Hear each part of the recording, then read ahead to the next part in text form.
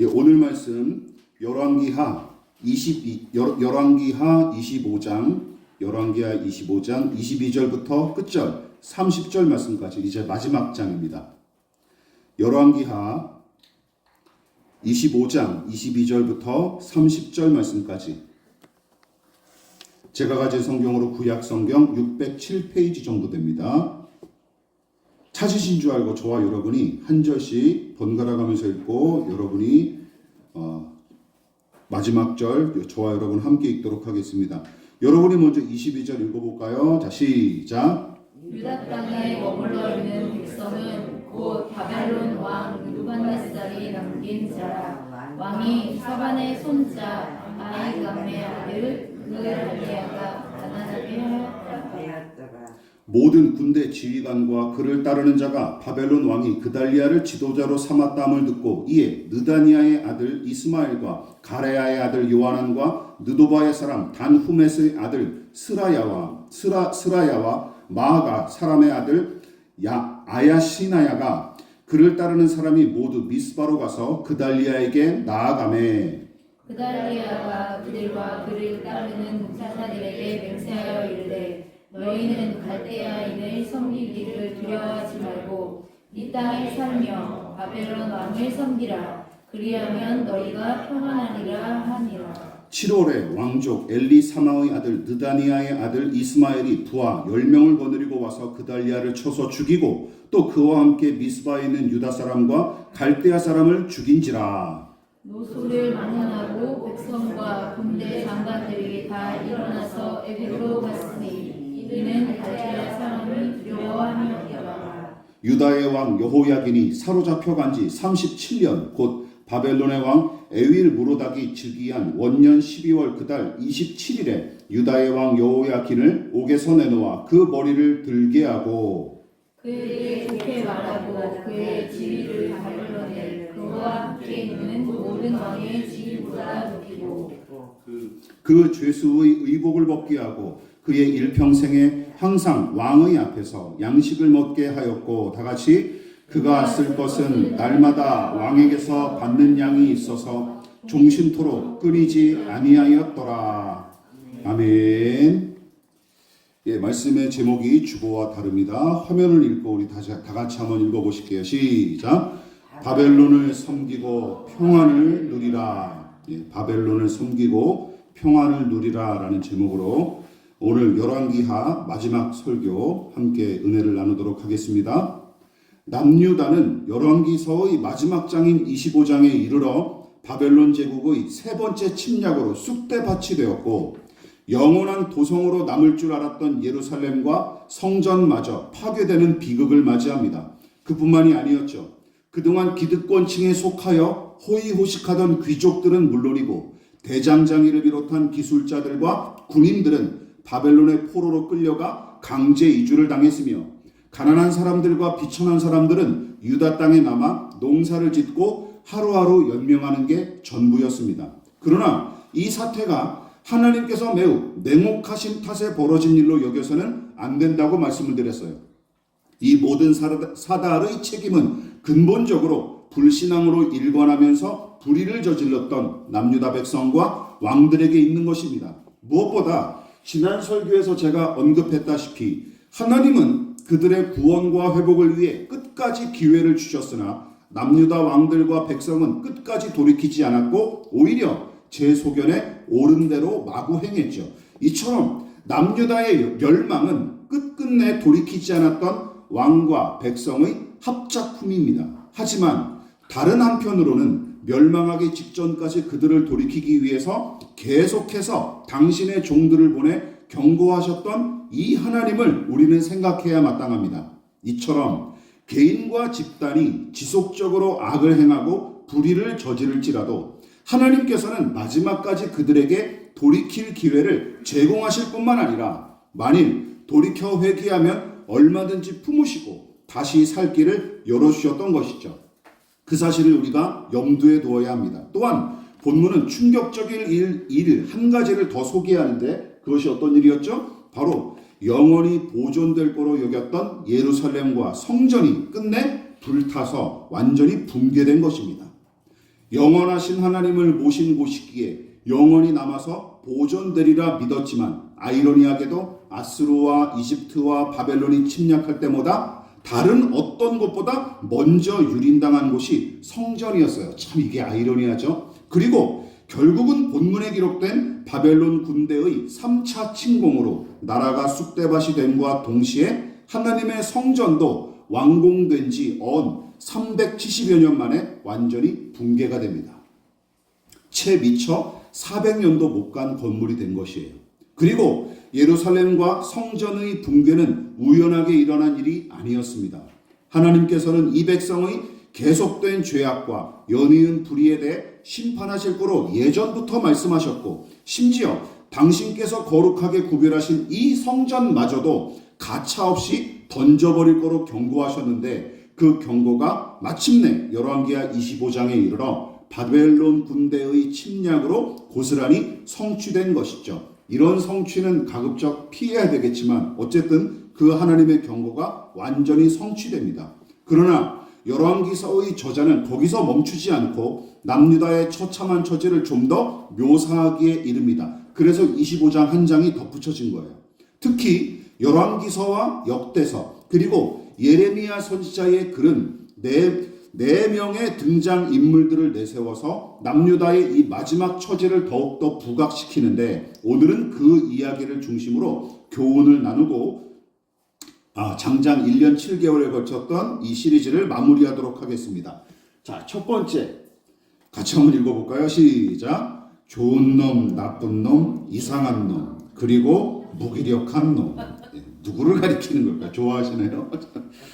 남유다의 마지막 왕인 시드기야가 두 눈이 뽑힌 채로 바벨론에 끌려갔으나 남유다의 정치적 공백을 우려했던 바벨론의 느부갓네살은 아히감의 아들 그달리아를 총독으로 임명했고, 오늘 총독 그달리아라는 이름이 등장하죠.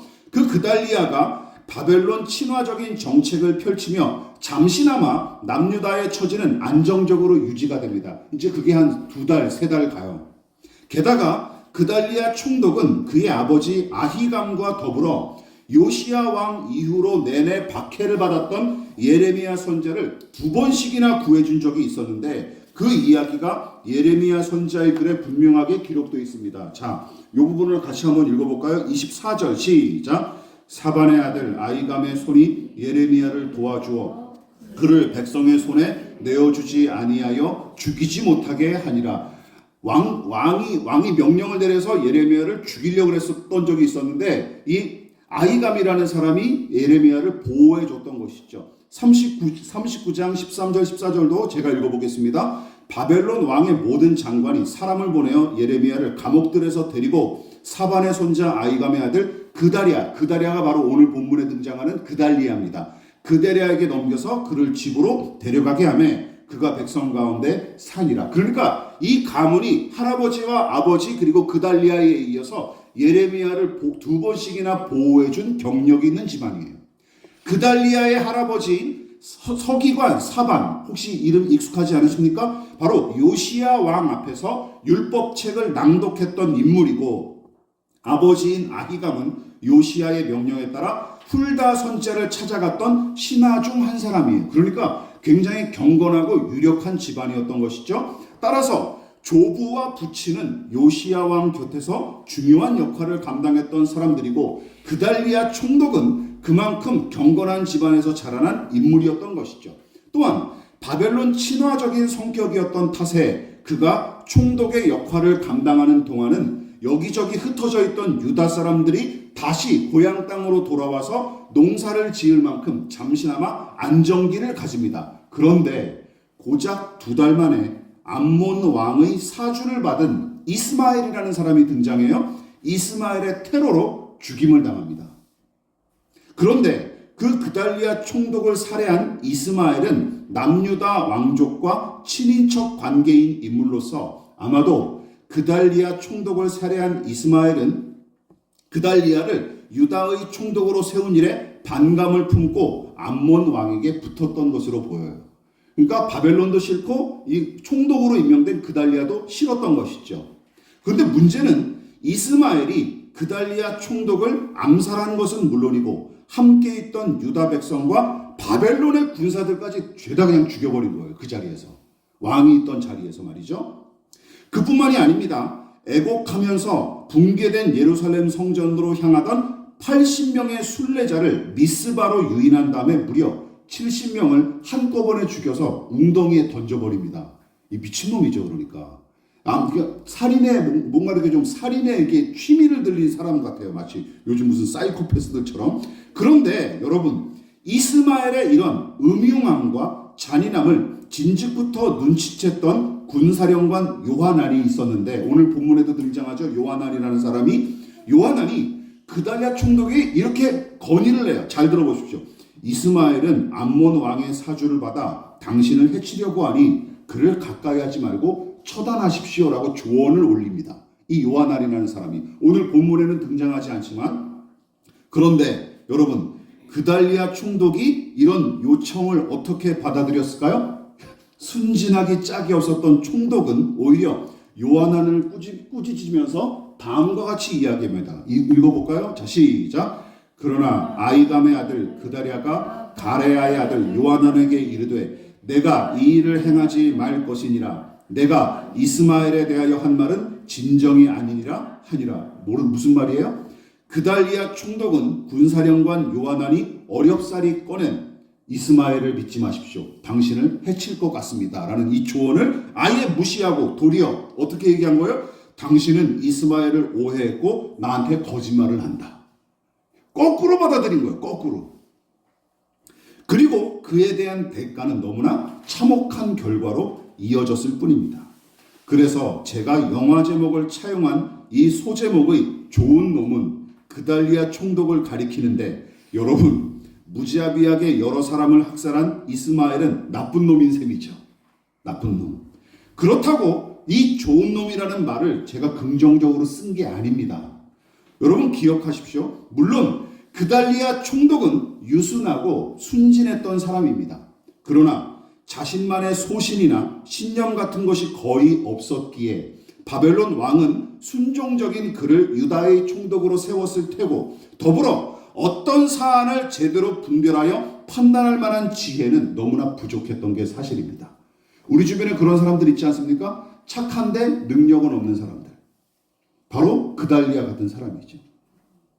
자, 이 부분을 유념하십시오. 그달리아 총독은 인간적으로는 크게 나무랄 데가 없을 만큼 착하고 순진무구한 사람이었으나 정무적 판단에 필요한 지혜와 단호한 대처 능력이 너무나 부족했던 탓에 더 큰 사달을 일으키고 맙니다. 여러분, 착하다고 능사가 아니에요. 여기서도 드러나죠. 물론 잔혹한 학살자인 이스마엘은 언급할 가치가 없는 나쁜 놈이고, 그는 바벨론의 보복을 두려워하면서 암몬 땅으로 달아난 뒤에 역사 속에서 사라집니다. 그렇다면 그달리아 총독을 돕는 등의 여러 가지 일로 활약했던 요하난과 나머지 사람들은 어떨까요? 오늘 본문인 열왕기하 25장 26절은 백성과 군대 장관들이 바벨론을 두려워하여 이집트로 향했다라고 기록했는데, 요하난을 비롯한 유다 사람들도 암몬으로 달아난 이스마엘과 비슷하게 생각했기 때문입니다. 왜냐하면 이스마엘이 그 바벨론 군사까지 싹 죽이니까 어떻게 되겠어요? 야, 바벨론 왕이 우리에게 보복하겠구나 라고 생각해서 이스마엘은 암몬 땅으로 도망가고, 그리고 요하난과 나머지 신하들과 백성들도 겁을 집어먹고 이집트로 도망가려고 했었던 거예요. 그런데 문제는 무엇입니까? 하나님께서 요하난을 비롯한 유다 사람들이 이집트로 향하는 것을 싫어하셨던 까닭에 진즉에 예레미야 선지자를 통해 이렇게 말씀하셨어요. 바벨론을 두려워하지 말고 이 땅에 남아있어라 라고 명령하셨건만, 요하난을 위시한 그 무리는 노골적으로 하나님의 뜻을 대적하면서 결국은 이집트로 향합니다. 예레미야 43장 2절 말씀 같이 읽어볼게요. 시작. 호사의 아들 아사랴와 가레야의 아들 요하난, 여기 등장하죠. 또 모든 오만한 자가 예레미야에게 말하기를 내가 거짓을 말하는도다. 예레미야가 그 메시지를 전했거든요. 여러분, 하나님께서 이집트로 가지 말라고 하십니다. 여기서 남아 있으십시오. 하나님께서 지켜주실 것입니다 라고 예언했건만, 얘도 똑같이 그달리아가 오해했던 것처럼 똑같이, 야, 네가 거짓말을 하는 거지. 너 지금 정치적인 무슨 계산을 깔고 우리에게 이런 식으로 얘기하는 거지라고 오해를 해버린 거예요. 이 부분은 그달리아 총독의 모습과 매우 비슷하지만 그달리아는 순진했던 탓에 요하난의 조언을 믿지 못한 것이고 이들은 자기들의 생각과 판단을 하나님의 뜻보다 더 중요하게 여겼던 탓에 예레미야의 말을 믿지 않았던 것입니다. 그래서 예레미야가 어떤 말을 붙인 거예요? 어떤 수식어를? 이 오만한 자, 이 모든 오만한 자라고 붙였던 것이죠. 따라서 요하난이 그달리아 총독과 유다 사람들을 앞장서서 도울 때는 꽤 괜찮은 지도자처럼 생각됐지만 그도 결국은 제 보신에 능하고 정치적 계산만 빨랐던 불신자였을 뿐입니다. 그래서 저는 예레미야 선지자에게 기도를 부탁하고 하나님의 뜻을 구하는 체하며 위선을 떨었던 이 요하난을 이상한 놈으로 여겼던 것이지. 그렇다면 마지막에 등장하는 무기력한 놈은 누구일까요? 당연히 막판에 등장하는 여호야긴 왕입니다. 그는 18살 나이로 남유다의 19번째 왕으로 등극했으나 바벨론의 두 번째 침공으로 인해 고작 3개월 만에 폐위된 비운의 인물이죠. 게다가 바벨론으로 끌려가 오랜 세월 동안 옥에 갇혀 지냈으나 다행히도 바벨론 왕이 특별 사면을 베풀어서 37년 만에 자유를 얻었을 뿐만 아니라 본문은 풀려난 이후에 다른 나라의 왕들보다 융숭하게 대접을 받은 거로 기록하고 있습니다. 자, 그리고 그에 관한 내용이 예레미야 선지자의 글에도 비슷하게 등장해요. 예레미야 52장 31절 같이 읽어볼게요. 시작. 유다 왕 여호야긴이 사로잡혀 간 지 37년 곧 바벨론의 에윌 무로닥 왕의 즉위 원년 12째 달 25째 날 그가 유다의 여호야긴 왕의 머리를 들어주었고 감옥에서 풀어주었더라. 자, 이 내용을 주목하십시오. 그의 생각과 오늘 본문도 마찬가지입니다. 그의 이 여호야긴이 스스로 생각하고 의지한 일에 대해서는 아무런 성경에 언급이 없습니다. 다만 열왕기서와 예레미야서는 바벨론 왕이 주는 대로 받아먹는 모습만 똑같이 기록했을 뿐이에요. 이처럼 남유다의 처지는 전혀 나아질 기미조차 보이지 않았을 뿐만 아니라 더군다나 예레미야처럼 경건하고 충성스러우며 믿음직한 사람들은 극소수에 불과했습니다. 그뿐만이 아니죠. 나라와 민족의 회복을 도모할 만한 경건과 실력과 지혜를 갖춘 사람을 거의 찾아볼 수가 없어요. 그러니 망할 수밖에 없는 것이죠. 무엇보다 남유다의 역사가 민망하기 짝이 없는 모습으로 막을 내리기에 더더욱 씁쓸하고 안타까울 따름입니다. 특히 그달리아가 유다 백성에게 선포한 말이 당시 남유다가 처한 현실을 아주 적나라하게 보여주죠. 자, 마지막으로 이 부분 읽도록 하겠습니다. 시작. 바벨론 왕을 섬기라. 너희가 평안하리라. 이게 그달리아 총독이 했던 말이에요. 물론 이 말을 무작정 비판하기는 어렵습니다. 왜냐하면 하나님께서 예레미야와 같은 선지자들을 통해 남유다의 멸망을 경고하셨을 때부터 예루살렘을 위시한 남유다 모든 땅이 폐허가 될 뿐만 아니라 이 백성은 오랫동안 바벨론을 섬기게 될 거로 진즉에 예고하셨기 때문이죠. 자, 대표적인 내용이 예레미야 25장입니다. 읽어볼게요. 시작. 이 모든 땅이 폐허가 되어 놀랄 일이 될 것이며 이 민족들은 70년 동안 바벨론의 왕을 섬기리라. 자, 이처럼 이미 하나님께서 예언하신 내용인 까닭에 바벨론 왕을 섬기고 평안을 누리자 했던 그달리아의 말은 선지자의 예언을 근거로 백성에게 선포할 메시지일 가능성이 높습니다. 또한 남유다가 바벨론의 지배하에 놓여 고통당하는 작금의 현실은 당연히 하나님께서 그들의 죄악과 불의를 징계하고 심판하신 결론이죠. 그러나 그들을 뭉개고 말살하는 것이 징계와 심판의 목적은 아닙니다. 그거를 명심하십시오. 하나님께서 바벨론의 지배하에 놓이도록 조치하신 또 다른 이유가 있습니다. 그것이 무엇입니까? 바로 남유다 백성의 생존과 존속을 도모하기 위한 방법으로 바벨론 제국을 사용하신 것이고, 예레미야는 이미 여호야김과 시드기야 때부터 이 메시지를 아주 줄기차게 외치고 다녔어요. 예레미야서 27장 12절 말씀 우리 같이 한번 읽어볼까요? 자, 시작. 내가 이 모든 말씀대로 유다의 왕 시드기야에게 전하여 이르되 왕과 백성은 바벨론 왕의 멍에를 목에 메고 그와 그의 백성을 섬기소서 그리하면 사실이라. 이게 예레미야가 시드기야에게 전했던 메시지예요. 그런데 어떻게 됐습니까? 이 메시지를 전하고 시드기야에게 완전히 그냥 고문을 당하는 것이죠. 옥에같이. 이쯤에서 생각해 보십시오.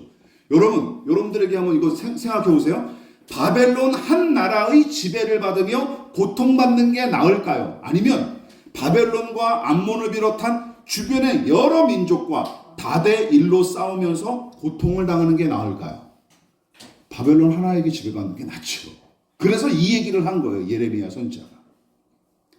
당연히 전자가 낫습니다.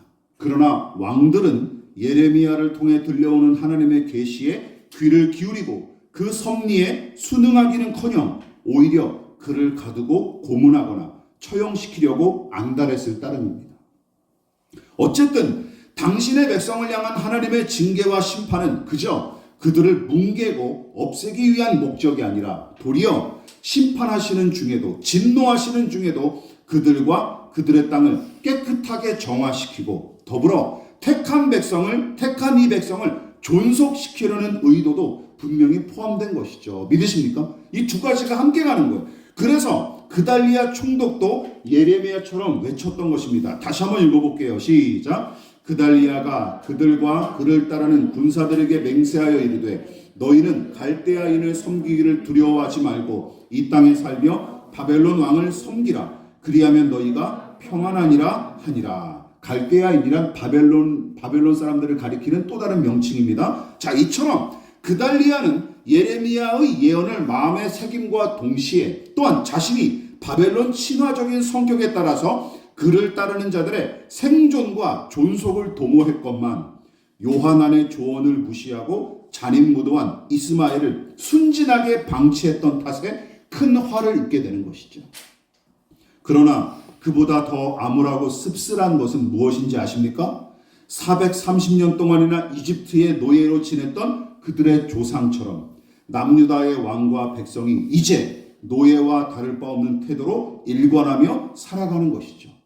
그뿐만이 아니라 정작 심판하고 징계하시는 하나님을 두려워하기는커녕 이놈들이 오히려 바벨론 왕을 더 두려워했고 심지어 그 곁에서 깨평이나 얻어먹는 처지에서도 괜찮다 하며 만족했기 때문입니다. 그 사실을 가장 잘 보여주는 부분이 바로 마지막에 등장하는 여호야긴 왕의 이야기입니다. 표준 세번역 성경은 그의 이야기를 다음과 같이 쉽게 번역했어요. 우리 열왕기 하의 마지막 부분인데 표준 세번역은 이렇게 번역했습니다. 같이 한번 읽어볼게요. 시작. 그는 여호야긴에게 친절하게 대접하여 주면서 그와 함께 있는 바벨로니아의 다른 왕들의 자리보다 더 높은 자리를 여호야긴에게 주었다. 그래서 여호야긴은 죄수복을 벗고 남은 평생 동안 늘 왕과 한 상에서 먹었다. 왕은 그에게 평생 동안 계속해서 매일 일정하게 생계비를 대주었다. 은급을 지급해 주었다는 얘기죠. 여러분은 이거 어떻게 생각하십니까? 바벨론 왕 에윌 무로닥이 여호야긴을 다른 왕들보다 더 존중하여 높이고 더불어 자기와 식사 자리를 함께하도록 엄청난 특혜를 베풀었으며 게다가 일평생 먹고 사는데 지장이 없게끔 생계비까지 넉넉하게 지급했으니 자 이제는 불행 끝 행복 시작을 외치고 지금 누리는 것에 만족하며 살면 그만일까요? 말도 안 되는 일 아닙니까? 혹시 37년간의 수감 생활 뒤에 이 특혜를 받은 여호야긴이 부러우십니까? 부러우십니까? 물론 부러운 마음이 전혀 없다면 거짓말이겠지만 하나님의 백성은 그것만이 전부인 것처럼 사는 사람은 아닙니다. 이 부분에서 우리가 구별해야 돼요. 이래도 만족하는 사람은 그게 세상 사람인 것이죠. 그러나 믿음의 사람들은 이 정도로 만족해서 살아가는 사람은 아니어야 합니다. 믿으십니까? 이것이 우리가 구별된 삶의 모습이죠. 그렇다면 하나님 나라에 속한 그분의 백성은 어떻게 살아야 합니까? 사도 바울은 다음과 같이 이렇게 권면하고 있어요. 같이 읽어볼게요. 시작. 하나님의 나라는 먹는 것과 마시는 것이 아니요 오직 성령 안에 있는 의와 평강과 희락이라. 무슨 뜻인지 애매하시죠? 이거를 유진 피터슨 목사님이 쓰신 메시지 성경이 잘 풀어서 이렇게 설명하고 있습니다. 제가 읽을 테니 여러분들 한번 유심히 살펴보십시오. 하나님 나라는 무엇으로 배를 채우느냐 하는 문제가 결코 아닙니다. 하나님 나라는 하나님께서 여러분의 삶으로 무엇을 하시느냐 하는 문제입니다. 그분은 여러분의 삶을 바로 세우시고 온전케 하시며 기쁨으로 완성시키십니다. 여러분이 할 일은 일편단심으로 그리스도를 섬기는 것입니다. 다만 그 일을 행하십시오. 믿으십니까? 이것이 이 구절의 의미라는 것이죠. 먹고 사는 문제가 매우 중요한 일이지만 그리스도인은 그것만 위해 살지 않습니다. 믿으십니까? 우리가 교회를 다니는 이유가 먹고 살기 위해서 기도하고 또 예배도 드리기도 하지만 그것만을 위해서 한다면 기독교는 다른 종교와 구별될 지점이 하나도 없습니다. 아니 교회를 안 다녀도 상관이 없는 것이죠. 먹고 사는 문제와 더불어 하나님과 그분의 뜻을 의식하며 사는 것, 생존과 생계를 위해 불신자 못지않게 정직하고 열심히 살아야 하죠. 그러나 거기서 더 나아가 하나님께서 기뻐하시는 거룩함과 정의와 사랑과 평화를 추구하며 사는 것, 이것이 가장 하나님의 백성답게 살아가는 방식인 것입니다. 또한 이 징계와 심판을 통해 하나님께서 이 백성과 왕들에게 의도하고 기대하신 바는 무엇일까요? 이것이죠. 망가진 현실을 똑바로 직시하고 비참한 처지를 온몸으로 절감하면서 지난날의 과오를 진지하게 성찰하고 회개하는 것. 작금의 징계와 심판을 허락하신 하나님을 두려워하고 요시야처럼 율법의 계명을 따르기 위해 새롭게 결단하는 것. 또한 이 민족을 아주 잡아뜨리지 않으시고 존속하도록 이끄신 은혜에 감사하는 것. 그러나 남유다 역사의 마지막 페이지는 수치스럽게도 바벨론 왕 곁에서 개처럼 깨평이나 얻어먹는 여호야김의 모습으로 마무리됩니다. 이게 비극인 것이죠. 하나님을 떠난 나라, 하나님을 떠난 개인의 말로가 바로 이러하다는 것입니다. 이제 말씀을 마무리하도록 하겠습니다. 25장의 등장인물들과 이 백성이 보여준 모습은 또다시 하나님께서 의도하신 바와는 거리가 멀었고 오히려 이집트의 노예로 살았던 조상과 방불한 상태로 퇴행하고 말았습니다. 오히려 후퇴하고 말았어요. 게다가 하나님께서 아브라함을 부르시고 창세기 12장에 너는 복의 근원이 될 것이다. 땅의 모든 민족이 너로 인해 복을 받을 것이다 하신 말씀은 북이스라엘과 남유다가 저지른 불순종과 불의는 물론이고 두 나라가 아수르와 바벨론의 차례대로 멸망함으로써 마치 실패한 것처럼 보입니다. 그러나 성경은 그조차도 하나님의 뜻과 그분의 섭리 안에 일어난 사건임을 강조할 뿐만 아니라 사람의 의도와 계획은 실패할지언정 하나님은 절대로 실패하지 않으시는 분임을 분명하게 지적하고 있습니다. 믿으십니까? 그것을 우리가 오늘 본문을 통해서 읽어내야 하는 거예요. 무엇보다 그 사실을 방증하는 강력한 증거가 바로 이스라엘의 역사고 더불어 우리를 비롯한 모든 민족과 나라의 역사도 마찬가지입니다. 나라는 흥망성쇠할지언정 하나님의 말씀은 사라진 적이 없습니다. 믿으십니까? 그 사실을 기억하십시오. 그러므로 24장부터 25장까지 내내 처참하고 수치스러운 사건으로 점철됐던 남유다의 마지막 이야기에 실망하기보다는 비록 소수에 불과할지라도 그루터기와 같은 믿음의 사람들을 남겨두시고 그들을 통해 여전히 당신이 작정하신 대로 일하셨던 하나님, 작지만 크게, 은밀하지만 풍성하게, 약하지만 강하게, 낮은 곳에서도 드높이 일하셨던 하나님을 우리의 소소한 일상과 거대한 역사 속에서 발견하고 기꺼이 찬양과 감사로 영광을 돌리며 사는 것이 우리 그리스도인의 본분임을 명심하시기를 주님의 이름으로 부탁을 드리겠습니다. 무엇보다 내 삶이 하나님 보시기에 어떠한지 그것을 생각하십시다. 열왕기서 내내 반복됐던 구절이죠. 모든 왕들을 평가할 때 하나님 보시기에 어떠하더라. 우리도 마찬가지입니다. 그러므로 다시 한번 말씀드리지만 내 삶이 하나님 보시기에 어떠한지, 내가 정작 중요하게 여겨서 추구하는 가치가 하나님 나라와 그분의 의인지 생각하시고 성찰하십시다.